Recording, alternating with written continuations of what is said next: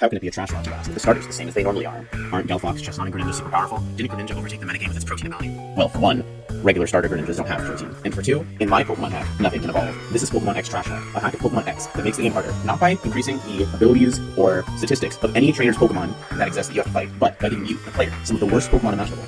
And making them even more useless than they are in the base game. For starters, nothing can evolve at all. So that Froakie that I got is stuck as a Froakie. The reason that I chose Froakie is not because it's particularly good for anything. In fact, Fennekin is better for Viola, as you can imagine, but because the rival is that Chestnut. Because countering the rival's Frogadier in the mid-game is nearly impossible with the little cup Pokemon you mostly have by that point. Secondly, I got Pokeballs in that little shop because one of the only decently good encounters in this game is a guaranteed encounter right here, a Smeargle. If you miss this Smeargle, you don't get another chance to get one. Now, Smeargle is great because it can learn any move, and it has the movie ability, so it can set up some good sweeps, but you need the luck to work out your favor. I played with it in 2 different runs. This is the successful run that you're seeing here. But it wasn't that great in one of them. It only got to learn a couple good moves. And now, as you can see, I'm getting a few more encounters. Pretty run-of-the-mill stuff so far. Scatterbug is normally in Pokemon X, but in this game, of course, being unable to evolve its moveset is very limited. In fact, I believe it only gets something like 4 or 5 moves over the course of the game. Kricketot isn't much better. Normally it evolves in Kricketot as early as level 10, but it's not here. Now, something that I did change to benefit the player was, in the Pokemarts, in the various Pokemarts, I actually gave the player the option to buy various berries and other items. So here you can get the pinch berries, which will increase the values of your stats when you're at low HP. I note that it says V0.3 because I was refining the game to allow for more skill expression despite limiting the player's options, and I believed that these berries were a good way to do it. Earlier versions of the game were a little too hard, at least for me. I also, as you'll see soon, gave the player the option to buy rare candies in pretty much every shop for $10 because grinding isn't fun for me, and I imagine it's not fun for anyone. I heal my Pokemon twice and I leave to get my next encounter Litleo. This is going to be very good for the bug gym, as you can imagine. I chose Froakie because it's best long term, but having a fire type like this is very good. As for the Viola battle, it's actually a little tougher than you might think. She has 2 Pokemon, a Surskit and Vivillon, which isn't much, but against my team, well, to be honest, almost any team will struggle against Viola. Most Pokemon aren't going to be evolved even normally by this point, but still, she's quite a challenge. Now, of course, it would be nice to have Fennekin for this, but as I keep saying, Fennekin is not ideal for the mid-game, so I have to make do with Froakie. The Surskit's AI is a little random. Usually if it sees Fennekin, it'll go for the water sport in the first turn, but sometimes it'll do it anyway, as you can see just now. But beyond that, it's rather random, so it can be difficult to determine whether the Surskit will use Quick Attack or Bubble, and because of that, it's difficult to determine whether I should switch into Litleo or keep my Froakie in. Now, I'm able to knock out the Surskit without much trouble, but Viola's Vivillon is a pretty big beast considering the Pokemon that I have to take down at this point. It has Tackle, Harden, and Infestation, and Infestation is a very scary move. It traps you and deals damage every turn. Think of it like that, but to my knowledge, Infestation never goes away. So that's very fun. It doesn't do a lot of damage, but it adds up, and Vivillon is extremely tanky, and my Pokemon obviously can't deal much damage to it. As you can see, despite having stab moves, Bubble only has 20 base power, and Froakie's special attack isn't anything to love. So my Froakie's already down to 9 HP. Now, I did give it a Salac Berry, which does raise its speed. Unfortunately, at this point, I don't actually know whether Froakie outspeeds Vivillon. I am Torn Ring, so my Bubble does a lot, but because I can't be sure that I outspeed Vivillon even with the speed boost, I ended up going for a Quick Attack. If I could have switched out, I definitely would have, but Infestation means that I have to stay in. So I go for the Quick Attack, and unfortunately, the Quick Attack did not knock it out, so that's my first death of the run. I don't even have a single bad yet. I'm about to get one, but you can see how limiting my options in such a way has already begun to make it difficult. Even though I'm getting Pokemon that are supposedly par for the course right now, it's only going to get worse from here, and you're all going to see just how bad it can get.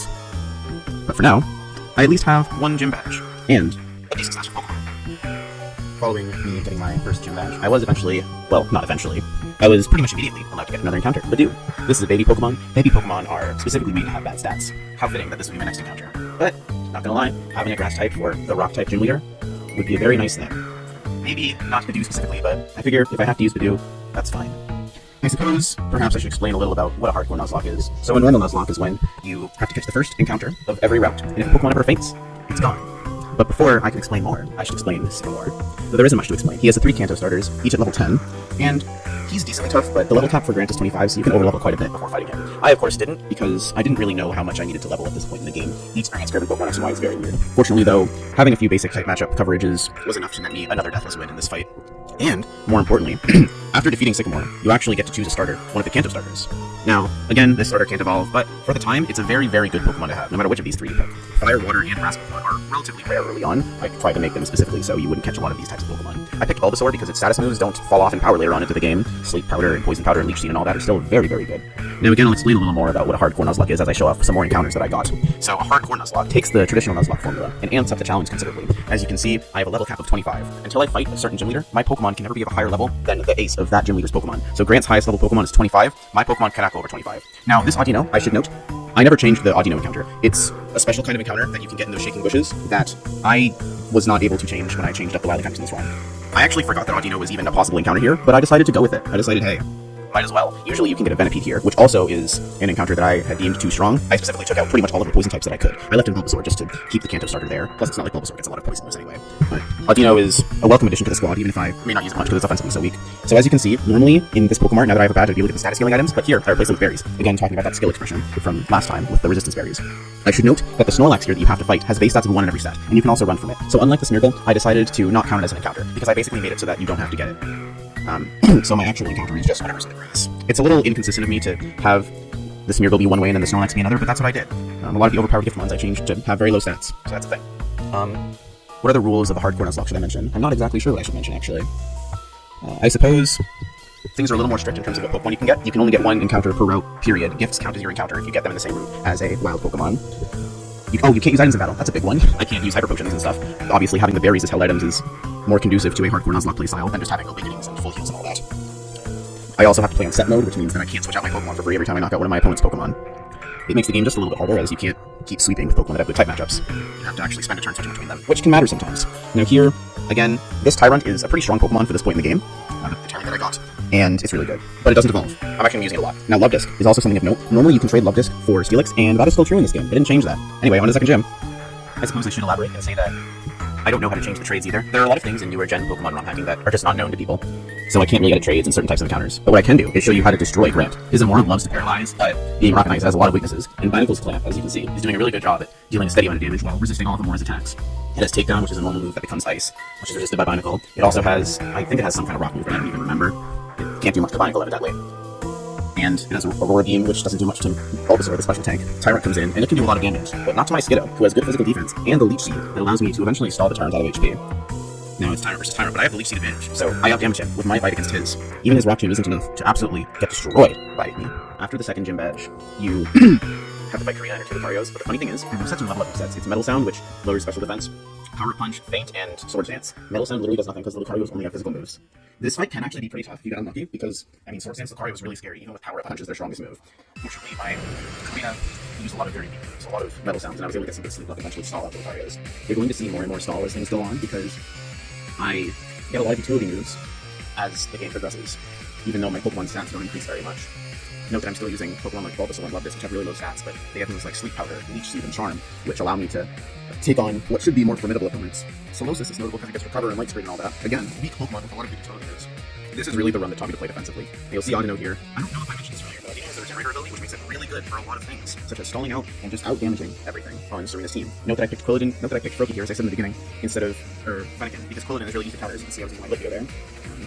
Now, Korrina, again, her actual gym battle, is kind of similar to her first battle in her Pokemon, but with a ton of coverage. In fact, the only non-fighting move that any Pokemon has is Rock Tomb and Choke, I believe. I think we might have Quick Attack as well. But the point is, you can see that I'm setting up a lot of growths here, and putting them mindfully to sleep because it can't do much to me, and with leeching I'm almost at full health for the Holucha. Unfortunately, Holucha is a very strong Pokemon, so it's able to tank my Razor Leaf, which I didn't really expect. And Flying Press is both fighting and flying, which means that it's spectrally effective on my Bulbasaur. Poison was just fighting, but Grass is weak to flying, so I have to find other ways to beat him. Unfortunately, Solosis is good.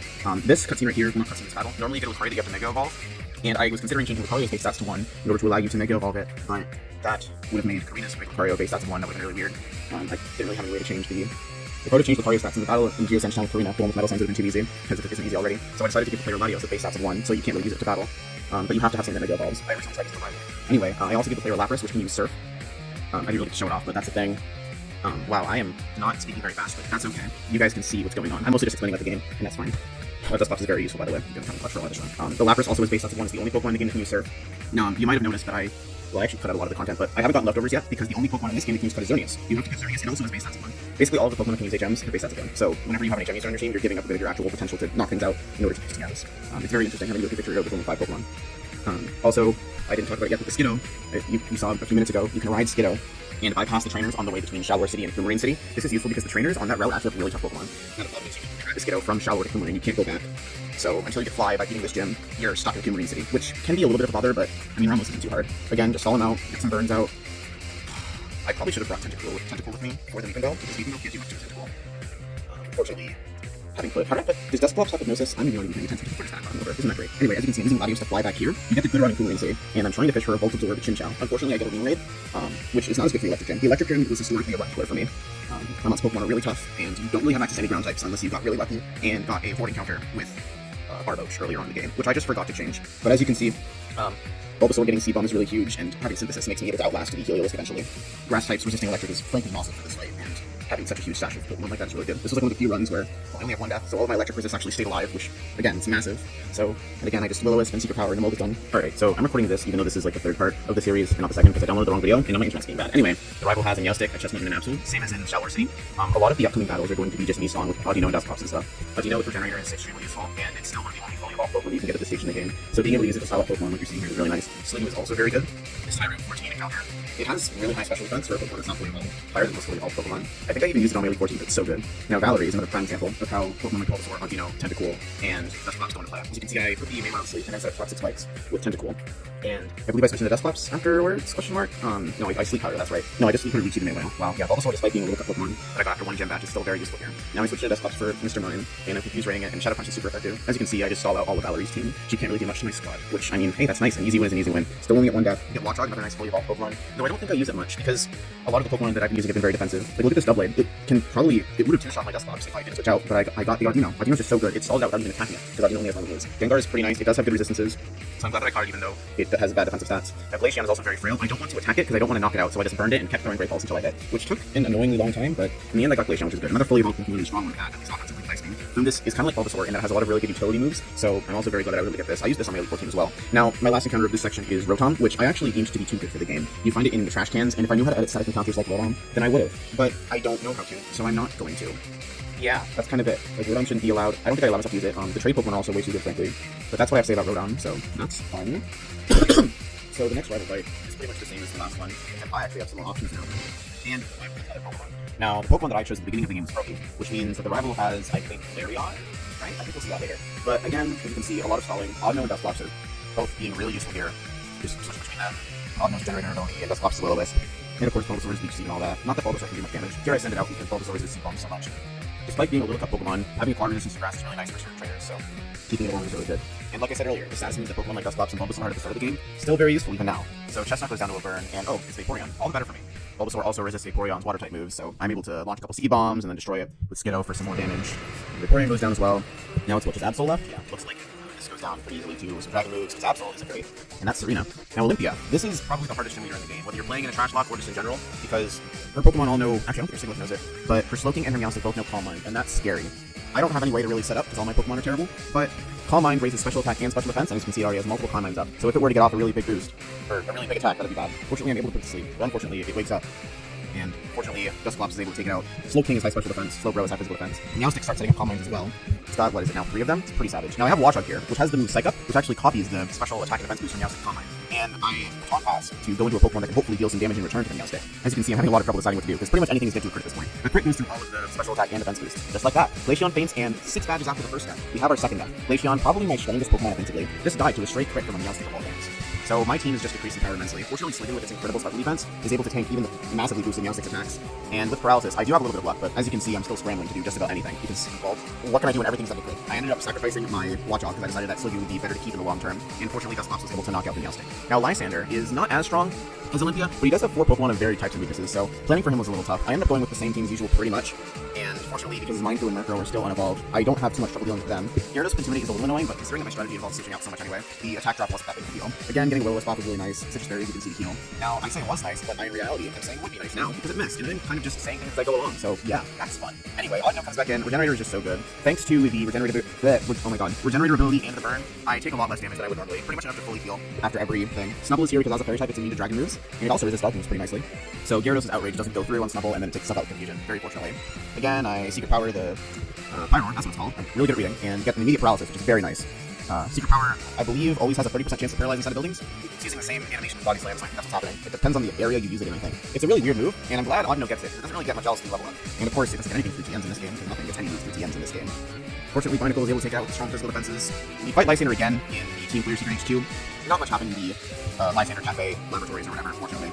No deaths there. But as you can see now in the second Lysandre fight, his Mind Shell is evolved, and I believe his Murkrow has as well. I guess we'll find out together in just a little bit. Shadow Sneak is a nice move to have, for sure. Turning up Pyro, which is immune to those moves, and unfortunately Will-O-Wisp. Though this Pyro's a special attacker, so Will-O-Wisp wouldn't do much anyway. I'm still using my Binacle here, and Razor Stallion. You can see this half damage, because Binacle's a god somehow. I really like how this Trashlocke maybe uses a lot of unevolved Pokemon, even in the late game, and a lot of Pokemon I never would have really used normally. apart from the Black Trashlocke, which I also use Ogno, I never really have used any of these Pokemon, especially not their unevolved forms. I'm certainly wouldn't be using a Bulbasaur for the post-second King Fight Evil Team Leader. That didn't make any sense, but I'm rolling with it. Again, burn the Gyarados, don't die to its Outrage or water moves, and everything should be all fine. His last Pokemon, is it Honchkrow or Honchkrow? I don't know. It's Honchkrow, very cool. It is. Now, Dusclops is weak to Dark, and if I don't... Yeah, I would have died to another move. But fortunately, like I said earlier, very resist Dark, so that's cool. Now, Snubbull would die to another move here, so I have to go in and Body Slam almost with, I don't know, it's actually Secret Power or whatever. Now, here is a regular Team Player battle, and it's pretty savage. Double Doggos, Manectric is a nice special attacker, and Mightyena is a nice physical attacker. But hopefully things aren't too bad, are they? Snubbull knocks out the Mightyena pretty nicely. We got Vaporeon, that's a Water Doggo, but no, look at that. Manectric used Discharge. I was not expecting that, and, well, it's another death. We'll have to carry on, unfortunately. Xerneas time. Now, Xerneas only knows Strength. That's the thing that I changed. It only knows Strength if I level up, and it has base stats of 1, so it doesn't, like, no damage to me, it does even less than his Dusclops. It can also learn Cut through HM, which is how you get leftovers, but we can deal with that later. For now, it's Lysandre time. Lysandre has 4 Pokemon as always. He has his Mineshaw, he has his Honchkrow, he has his Pyro, and he has his Gyarados, which can Mega Evolve. His Mineshaw gets an Acrobatics in, but fortunately I built Dusclops up to be super tanky. I think I invested in physical defense and HP for this fight because of the Mineshaw. I'm not really sure what I did. I haven't checked the odds that mechanically. That's not the word, but I'm rolling with it again. I should note, I probably said this in an earlier part of the video, but through Super Training, you can basically change your EVs around as you wish. So I can get... Don't worry about how, just the point is I can make my EVs whatever I want anytime. It just takes a lot of time, and I skip that grinding in PKX. Now again, I have Switch out here who has a massive special defense stat, taking the Fireworks moves. We will with the physical attacker Honchkrow again, and switch out because we don't want it to die to a Dark type move. I don't know if it's go through burn, but that would be unpleasant to say the least. Fortunately, Barnacle is going to save the once again. Ranger Shell is taking out the Honchkrow, and now it's Gyarados time. And I expect the Mega Evolution to go for a cross drop here. Unfortunately, Barnacle doesn't get to get a cross drop off. It dies very quick. Now, here again, Outrage nearly knocks me out with a crit, but I get the lucky Sleep Powder off. Again, we're seeing Sleep Powder, Leech Seed, Toxic, Will-O-Wisp. It doesn't matter how weak you are, you have to put it up in the set. And Bulbasaur is definitely a really good example of that. Now, Tyrunt is kind of the opposite. It doesn't have a very diverse moveset, but with its amazing defense stats... Oh wait, no, it died. Never mind. Alright. Ogno, with its secret power and chance to cheese the game with Paralysis and Regenerator. Yeah. Fortunately, Lysandre doesn't heal. If he did, I would be in massive trouble. But hey, I won anyway. Let's go. Alright. Last segment went by pretty slowly, but this time, it's not going to. So as you can see, I just got cut. And I didn't get cut, I just got leftovers. But I got cut more times. Now, this is the part where you have to face the 3 rivals all in a row. And as you can see, the teams that they have are actually kind of good. A little tougher than the main rivals teams play. Because you sort of have to have the same lead for 3 different lines. And you're facing 9 Pokemon in a row instead of 6. Not to mention, you don't get healed between Shauna and Tierno. So that does make things a little tougher. You do get healed after Tierno for another one, so that's good. I'm using Graveler because he was the best against the combination of Delcatty, Talonflame, and Raichu, I thought. And yeah, that was the thing. So I also get Noctowl and Ariados. And I also get destroyed by Sturdy, Shell Smash, Rock Wrecker, Crystal. That's its name.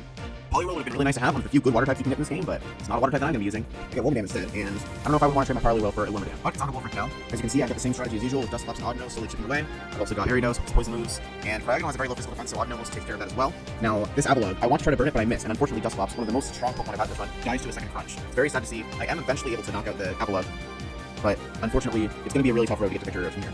Unfortunately for me, that road is not an easy one. We start off with the Raichu that knows Grass Knot, and I frankly forgot that this Raichu had Grass Knot, and I actually lost my Graveler to it, or was it an Onix, on the previous attempt, which was quite something. There are many other trainers here, and unfortunately my encounter was a Fearow, which doesn't help at all. Because I got a Rotom earlier in the Lost Hotel, I allowed myself to get an extra encounter in Electrode, but that's not very useful to me either. I caught it with the Master Ball because it was my last encounter, and because I didn't want it to explode upon me. Fortunately, a lot of the same strats that I was able to use on previous rival fights, I was able to use on this one, even though I didn't have Dusclops. Haunter was able to make up for Dusclops' big defenses with its massive offenses, and I was able to knock out Serena's Pokemon without too much of a hitch. Fortunately, all that I need to do now is take a picture and prepare for the Elite Four, and hopefully I will be able to win. But would I? Let's find out. First off is Siebold with 4 powerful water types. How do I deal with him? Pikachu Thunderbolt. Then Gyarados, Pikachu Thunderbolt. Then Barbaracle, Pikachu Thunderbolt, and Starmie, Pikachu Thunderbolt. Perfect so far. Pikachu with a Light Ball does a lot of damage. And Dragalge, even though it has a lot of special defense, it is weak to Psychic, so Haunter is able to hypnotize and Dream Meter it a lot, with some luck involved as well. Fortunately for me, although Noivern is fast, it can't hit too hard, so once again, the play is Hypnosis into Shadow Ball, and I cover up the screen with the Calcs because I'm really good at streaming. Next is Altari, who has has a little more defense. I scramble to find a Pokemon that can do decent damage, and I wind up using my Wormadam, who has Hidden Power Ice, which is 4 times super effective against Altaria. Druddigon is a little too defensive even for Wormadam. The problem with Druddigon is that with Dragon Tail, even if I choose to switch into something, it can very easily just nullify my entire turn, so switching is a very dangerous game for me to play. Fortunately, I do end up getting Fungus in with the Eevee-like to poison him with Toxic, and I get Sliggoo out, who can do a lot of damage with Dragon Pulse, and there's Drasna down. Wikstrom is next. Again, I go for Hypnosis and Shadow Balls of the Klefki. Same deal with the Probopass. Fortunately for me, all these Pokemon are very slow, but that's not true of Scizor at all, and Scizor is very fast, so I decide that my Haunter is in danger, and I switch out Audino. I Secret Power to go for the Paralysis, but I don't hit, because it's only a 30% chance. I go for the Guaranteed Sleep with Spore, and Sliggoo has water moves, which are not resisted by Scizor. Muddy Water is a nice attack, because lowering accuracy is a really good effect, especially when you have a Pokemon with Regenerator that gets a lot of mileage out of being able to switch out a bunch of times. Once again, I Calc and hide the gameplay with my Calc, so I'm really good, but there's Aegislash, one of the scariest Pokemon in the history of Pokemon. With its Sword and Shield form, it can go from a defensive beast to an offensive beast. Now, I miscalculate here. I actually calculated with the defense form of Aegislash as opposed to the offensive form. If I had used Shadow Ball there, I would have one-shot the Aegislash, but I went for Hypnosis instead, because I'm really dumb. Fortunately for me, Pikachu was able to knock it out in revenge, but losing another Pokemon to the Elite Four is not good. Now, fortunately against Malva, Malva doesn't have many options to set up Sun, so I'm free to set up Rain, and not exactly Sweep, because Malva's Pokemon are still tough, and they carry and pack a lot of moves. I'm not doing a second take of that, I don't care. Talonflame with Brave Bird is a really huge beast, but fortunately it dies to its own recoil. Torkoal, on the other hand, is a lot more defensive and a lot tougher to take down. I go for it with Pikachu and eventually knock it out. Now, Chandelure has Fire Blast and Shadow Ball, I think, so I use Sliggoo with its high special defense and resistance to fire and Randance, and Audino, who's immune to Ghost, to knock it out. And that's going to be the 4th of the Elite Four down, but will I be able to face the champion? I don't know. We're going to find out right about now. So here's Champion Diantha. She starts off with her Harlucha, but fortunately my Pikachu's able to one-shot it thanks to that Light Ball. I switch in Sliggoo in order to try to deal dragon damage to it, but no. Tyrantrum goes for the Head Smash and totally destroys me. My Wormadam with Hidden Power Ice goes for Protect in order to Scout, and then Hidden Power Ice is to knock out the dragon. Then another dragon comes in, the Goodra. I know that I can't just stall this thing out because it has Fire Blast. Fortunately for me, however, I have an Audino with Generator ability. Thanks to Audino's Generator ability and Wormadam's massive special defense, plus Bug's resistance to fighting, I'm able to stall out a Focus Blast and Fire Blast and eventually wear it down as it Dragon Pulses me and I outdamage it with Hidden Power Ice and Secret Power for my Audino. Diantha uses the full Restore, but is it enough? No, not when I get the Paralysis off. Then I switch back into my Wormadam. No, I don't. I use Secret Power instead. Diantha uses a second Hidden Power, but I immediately get a second Paralysis, which is enough to make me confident enough to Secret Power, and then go into Wormadam, and then not die to Dragon Pulse, because Wormadam is actually a god that everyone sleeps on because of its design. Then it leaves Storms to one-shot the Aurorus, gets destroyed by Gourgeist. 07 for Wormadam, you will be missed. Then I Toxic the Gourgeist, and because it's a Ghost type, Normal's immune to it. I end up switching out. It uses Trick or Treat, but it doesn't matter because I keep switching and it can't do a thing, as it eventually dies to poison. And then Gardevoir comes in, it Mega Evolves. Oh no, it does a lot of damage to my Audino, but will it do enough? I'm not sure. It Moonblasts, I Secret Power, it Moonblasts a third time. I'm dead. Pikachu comes in, Thunderbolts, and wins the battle for me. And that's the end of my first Pokemon X Trashlocke.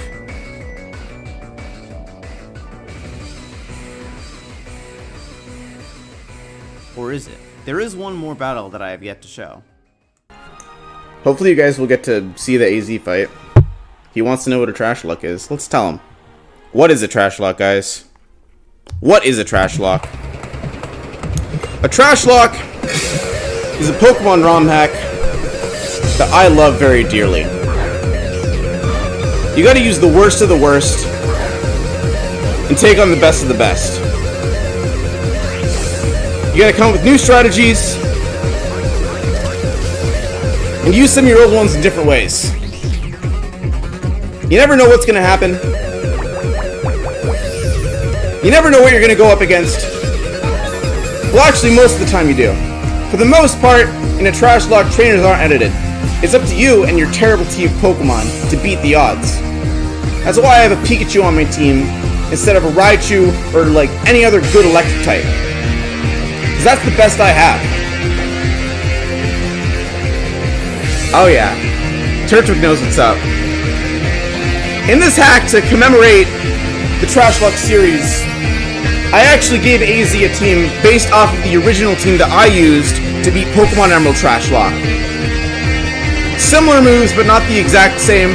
A few things have been updated, such as held items, in order to fit the Generation 6 deal. And if you want to watch how that fight ends up, the playlist of the entire run is in the description below. Please, thank you for watching. Make sure to like the video and subscribe if you enjoyed it. If you came this far, I assume you do. If you didn't like it, then say so in the comments as well. I want to know what I did wrong. I know that my audio quality is bad. Thank you very much again for watching, and enjoy the rest of your day.